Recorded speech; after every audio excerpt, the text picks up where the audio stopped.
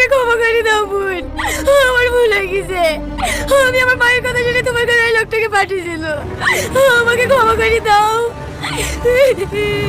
আরে আরে কি করছো?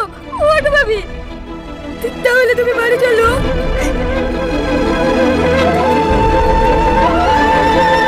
ঠিক আছে, যাবো। ভাই বোন, কাঁদিসনি ভাই, কাঁদিসনি। আমি তোদের সবাইকে ক্ষমা করে দিয়েছি। কি হলো স্যার? আপনি আমাদের বাড়িতে?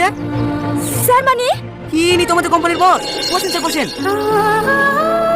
না না, আজ আর বসবো না, আবার অন্যদিন আসবো। একটু আসছি ভাবি।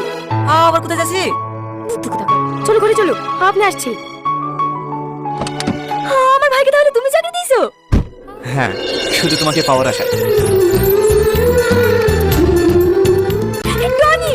আরে আরে